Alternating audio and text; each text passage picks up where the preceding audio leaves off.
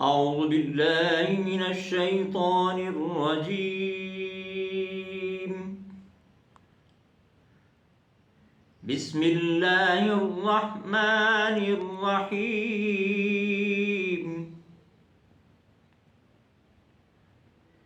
يا أيها الذين آمنوا لا يسخر قوم من قوم عسى أن يكونوا خيرا منهم ولا نساء من نساء عسى أن يكن خيرا منهن ولا تلمزوا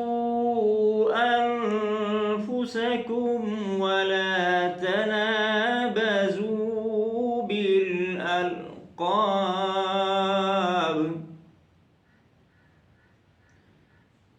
بئس الاسم الفسوق بعد الإيمان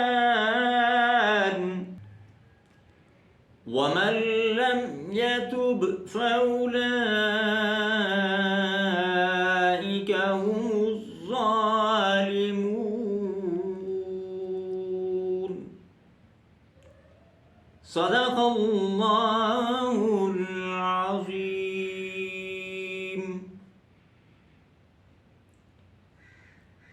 ناظرین،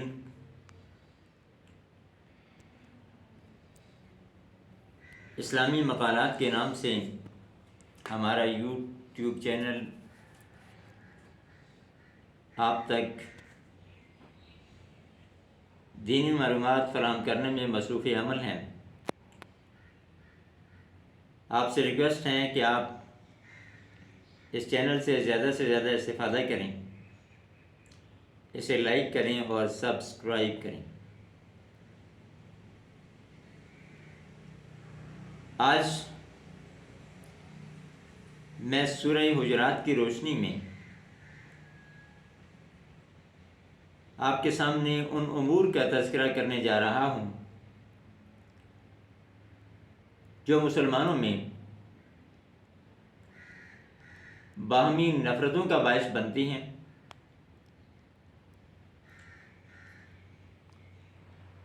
اور ان کی اخوت کو کمزور سے کمزور تر کرتے چلے جاتے ہیں.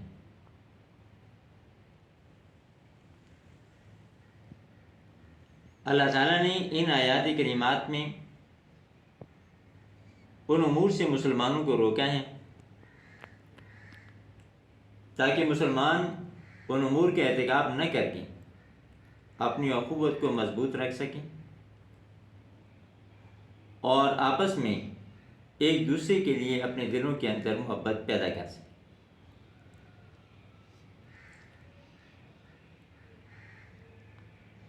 وہ امور جو مسلمانوں میں باہمی نفرت کا باعث بنتے ہیں ان میں سے ایک امر یہ ہے کہ ایک دوسرے کا تمسخر اور مذاق اڑایا جائے.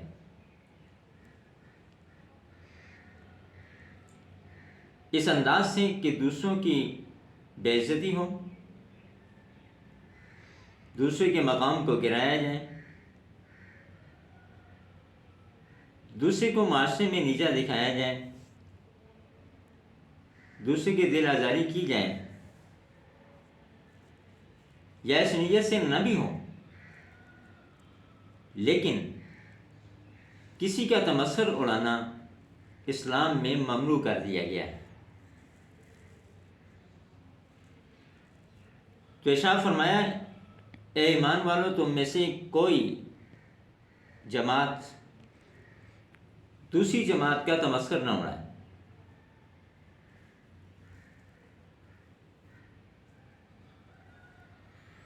آپ کو ایک دوسرے کے متعلق یہی خیال رکھنا چاہیے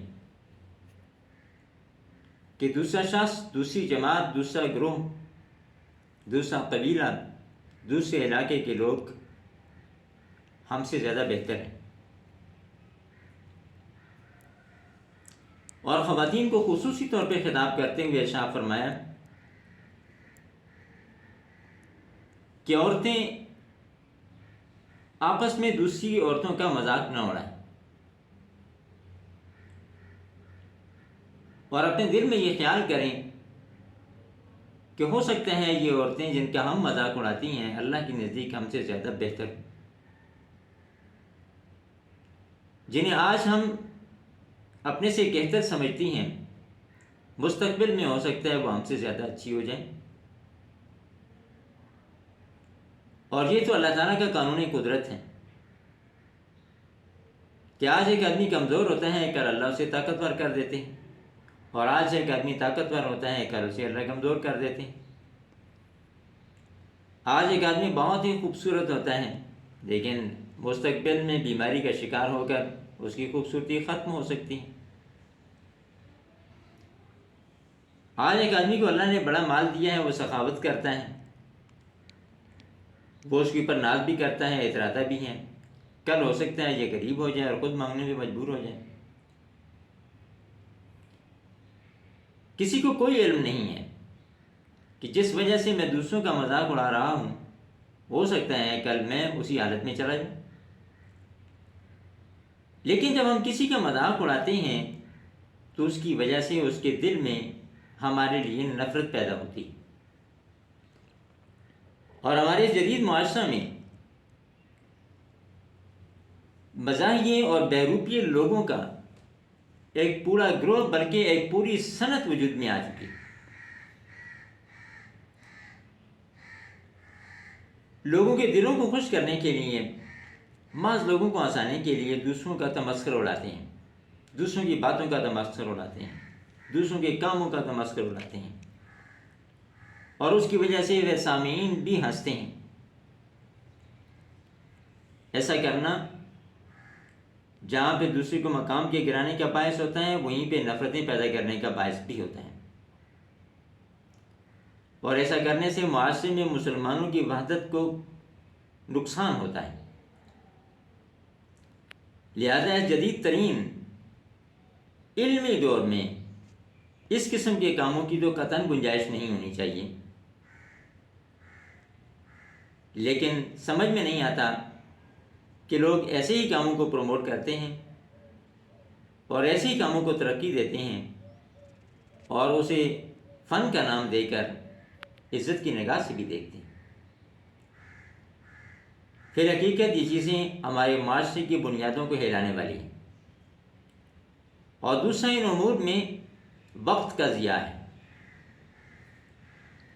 قرآن حکیم میں اللہ تعالیٰ نے واضح طور پہ یہ ارشاد فرمایا ہے، الا بذکر اللہ تطمئن القلوب۔ اگر آپ کے دل غمزدہ ہیں، آپ پریشان ہیں، تو یاد الہی کے ذریعے سے اپنے دلوں کو قرار اور اطمینان دلائیے گا۔ مومن کے دل کو اللہ کی یاد سے قرار ملتا ہے، مومن کے دل کو فضولیات سے ہرگز قرار نہیں ملتا۔ اور ایک اور امر جو کہ ہماری نفرتوں کا باعث ہوتا ہے وہ ایک دوسرے کی عیب چینی کرنا ہے، دوسروں پر عیب لگانا، دوسروں میں نقص تلاش کرنا، یہ ہمارے لیے ہمارے معاشرے میں نفرتوں کا پیدا کرنے کا اور ایک دوسرے کے خلاف ہمارے جذبات کے بھڑکانے کا ذریعہ بنتا ہے۔ اس لیے اسلام نے اسے بھی منع کیا۔ دوسروں کو برے ناموں سے یاد کرنا، برے نام رکھنا، توہین آمیز نام رکھنا، قبائل کے نام رکھنا، مختلف قوموں کے برے نام رکھنا، توہین آمیز ناموں سے دوسروں کو یاد کرنا، یہ از خود معاشرے میں نفرت انگیز امر ہے۔ لہذا سورہ حجرات میں اللہ تعالیٰ نے اس سے بھی منع فرما دیا، اور ہمیں واضح طور پر یہ پیغام دیا کہ ایک دوسرے کو برے ناموں کے ساتھ قطعاً یاد نہ کرو، فسق و فجور کے قریب تک نہ جاؤ کہ جائے کہ کسی کا برا نام رکھا جائے، اس کو اچھے نام سے یاد کرو۔ اور ساتھ ہی ہمیں یہ تاکید کی گئی کہ اگر پہلے کر چکے ہو اس طرح کے برے کام تو ان سے توبہ کر لو۔ اللہ کی ذات انتہائی رحیم اور غفور ہے، وہ آپ کے سابقہ گناہوں کو معاف کر دے گی۔ لیکن اگر ہماری یہ تعلیمات سننے کے باوجود، ان کو پڑھنے کے باوجود، یہ تعلیمات آپ کے پاس آ چکنے کے باوجود آپ ان کاموں کو جاری رکھو گے اور اپنے سابقہ کاموں سے توبہ نہیں کرو گے تو پھر آپ ہمارے نزدیک ظالم شمار ہوگے، اور ظاہر سی بات ہے کہ اللہ تعالیٰ کی ذات ظالموں کو پسند ہرگز نہیں کرتی۔ تو ہمیں یہ چاہیے کہ اپنے معاشرے میں اسلامی وحدت کی قوت کے لیے مسلمانوں کو باہم ایک دوسرے کے ساتھ قریب کرنے کے لیے ہمیں ان تمام امور کو اپنی زندگی سے، چاہے ان کا تعلق ہماری انفرادی زندگی سے ہے یا اجتماعی زندگی سے ہے، خاندانی اور گھریلو زندگی کے ساتھ ہیں یا گھر سے باہر کی زندگی کے ساتھ ہیں، ان تمام امور کو ہمیں یکسر ختم کر دینا چاہیے۔ بہت شکریہ۔